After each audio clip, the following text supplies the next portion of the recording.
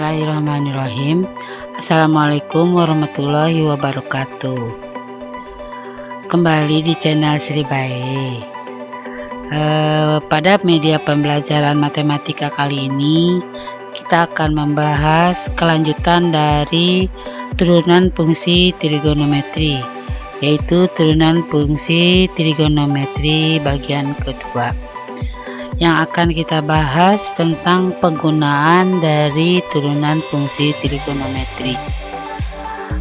Penggunaan turunan dari fungsi trigonometri ini meliputi titik stasioner, fungsi naik dan fungsi turun, nilai maksimum dan nilai minimum dari fungsi trigonometri, garis singgung fungsi trigonometri, dan interval kecengkungan dari fungsi trigonometri. Begitu kira-kira materi yang akan kita bahas pada video media pembelajaran matematika kali ini. Baiklah anak-anak, walaupun kalian tetap belajar secara daring, kalian harus tetap semangat.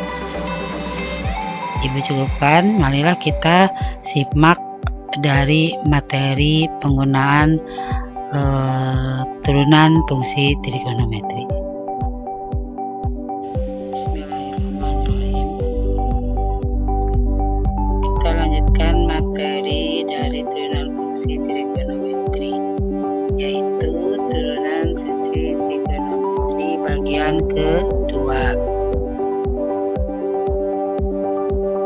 Turunan fungsi trigonometri bagian kedua ini meliputi tentang penggunaan turunan fungsi trigonometri, yaitu membahas titik stasioner, fungsi naik dan fungsi turun, nilai maksimum dan nilai minimum fungsi trigonometri, garis singgung fungsi trigonometri, dan interval kecengkungan dari fungsi trigonometri. Marilah kita bahas untuk bagian pertama tentang titik stasioner, fungsi naik dan fungsi turun. Titik stasioner adalah titik yang menyebabkan turunan pertama dari fungsi tersebut sama dengan 0. Misalkan fungsi f(x) kontinu pada interval tertentu a, b dan turunan pertamanya adalah turunan dari f(x) dan fungsi f(x), maka dapat disimpulkan jika turunan pertamanya lebih dari 0, maka fungsi pertamanya naik. Jika turunan pertamanya kurang dari 0, fungsi tersebut akan turun. Sedangkan jika turunan pertamanya sama dengan 0, fungsi tersebut tidak naik dan tidak turun. Nah, inilah yang disebut dengan titik atau didapatkannya nilai stasioner. Contoh yang pertama, yaitu tentukanlah titik stasioner dari fungsi f(x) sin 2x dengan interval antara x lebih dari sama dengan 0 dan x kurang dari sama dengan 360 derajat. Jawabannya, kalian cari dulu turunan pertama dari f(x) sin 2x. Caranya sudah pernah kita bahas pada turunan fungsi trigonometri bagian pertama. Turunan pertamanya 2 cos 2x. Kemudian cari penyelesaiannya menggunakan rumus dari fungsi penyelesaian fungsi trigonometri. Nah, inilah didapatkan hasilnya untuk penyelesaiannya. Kemudian contoh yang kedua, ini adalah fungsinya kosinus dalam kurung x dikurang pi per 3. Intervalnya antara 0 lebih dari sama dengan 0 dan kurang sama dengan 2 pi atau kurang dari sama dengan 360. Fungsi akan naik itu pada interval berapa? Nah, inilah kalian seperti biasa, kalian cari turunan pertamanya dulu, kemudian gunakanlah penyelesaian dari cara menentukan penyelesaian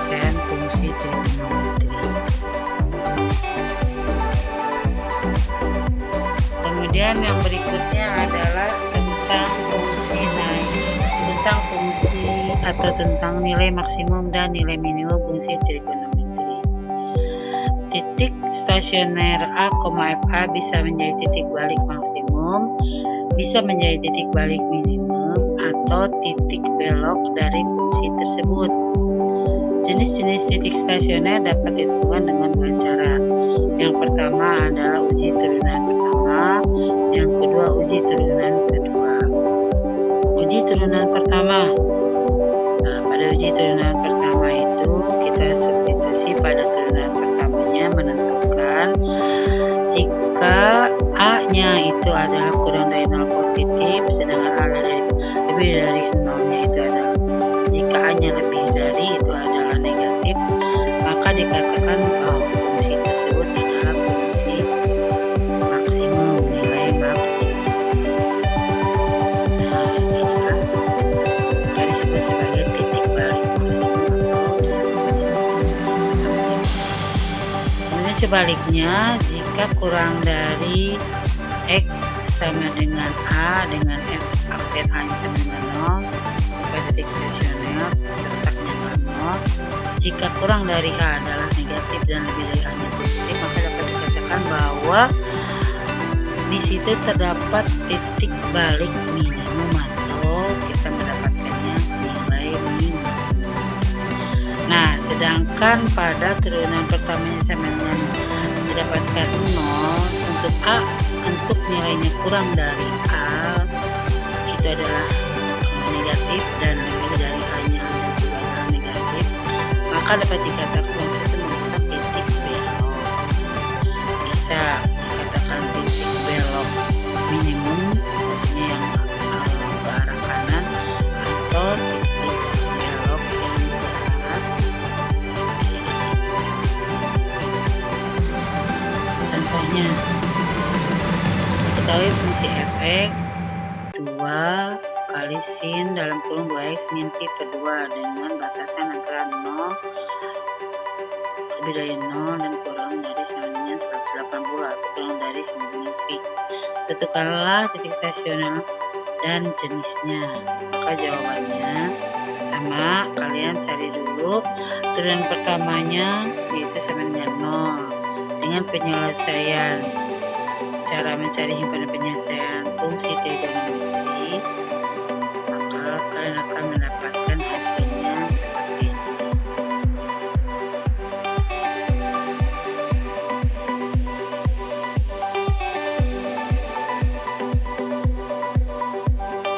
Inilah tandanya bahwa terdapat grafiknya pada X sama dengan 0 itu terjadi nilai balik minimum, pada pi per 2 didapatkan nilai balik maksimum, dan pada X sama dengan pi juga terjadi nilai balik minimum atau titik balik minimum.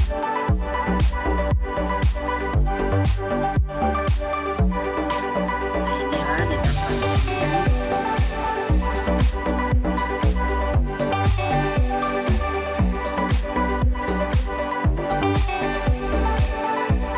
Yang selanjutnya itu menggunakan uji, tadi kan uji menggunakan uji turunan pertama, ini menggunakan uji turunan kedua. Jadi kalau menggunakan uji turunan kedua, kalian cari dulu turunan keduanya, kemudian buat uji turunan keduanya itu hasilnya apakah kurang dari 0, lebih dari 0. Kalau uji turunan keduanya hasilnya itu adalah kurang dari 0, maka disebut dengan titik balik maksimum atau merupakan nilai balik nilai maksimum. Sedangkan pada turunan keduanya lebih dari 0, itu merupakan titik balik minimum. Sedangkan jika turunan keduanya akan sama dengan 0, maka disebut sebagai titik belok. Titik belok dibedakan jika turunan pertamanya kurang dari 0, titik belok turun, sedangkan jika turunan pertamanya lebih dari 0, turunan keduanya sama dengan 0, maka disebut dengan titik balik, titik belok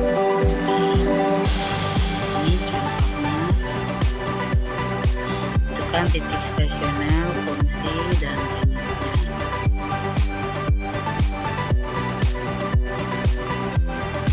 Kalian bisa memahami, ini mudah dipahaminya. Kemudian selanjutnya mengenai garis singgung fungsi trigonometri. Langkah-langkah menentukan persamaan garis singgung fungsi trigonometri sebagai berikut. Tentukan nilai fungsi di satu titik. Caranya substitusikan X pada satu titik, misalnya pada dalam sehingga diketahui atau didapatkan nilai A, sehingga diperoleh titik singgungnya yaitu A, kemudian tentukan turunan pertama dari fungsi F yaitu F tentukan kemiringan garis singgung di titik A, FA, karena turunan pertama itu merupakan gradien. Ya, turunan pertama dari suatu fungsi itu merupakan gradien. Kita substitusi pada titik X sama dengan A pada turunan pertamanya, maka itu adalah gradiennya, sehingga persamaan garis singgungnya adalah Y min FA sama dengan M kali dalam kurung X min A.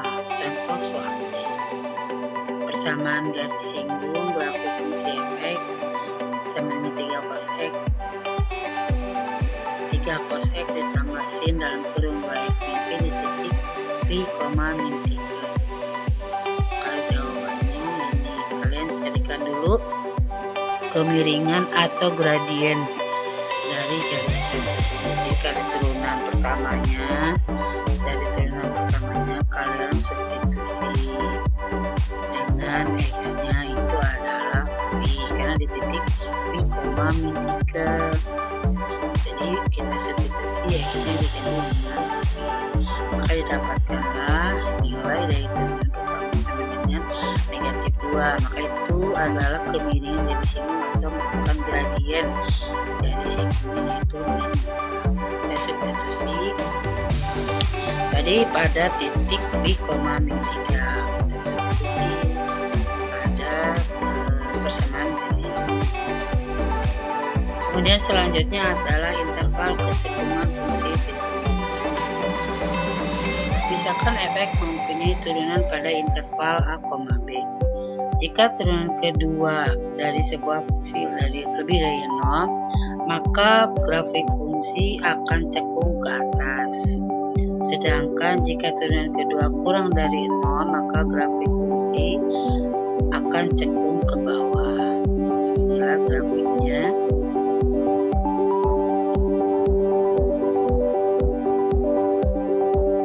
Contohnya, tentukan interval kecenderungan fungsi Gx dari min 6 cos dalam kurung X sama untuk X antara 0 sampai dengan Pi. Jawabannya sama caranya, kalian cari dulu turunan pertama, kemudian keduanya adalah cara penyelesaiannya sama dengan penyelesaian fungsi persamaan dari fungsi.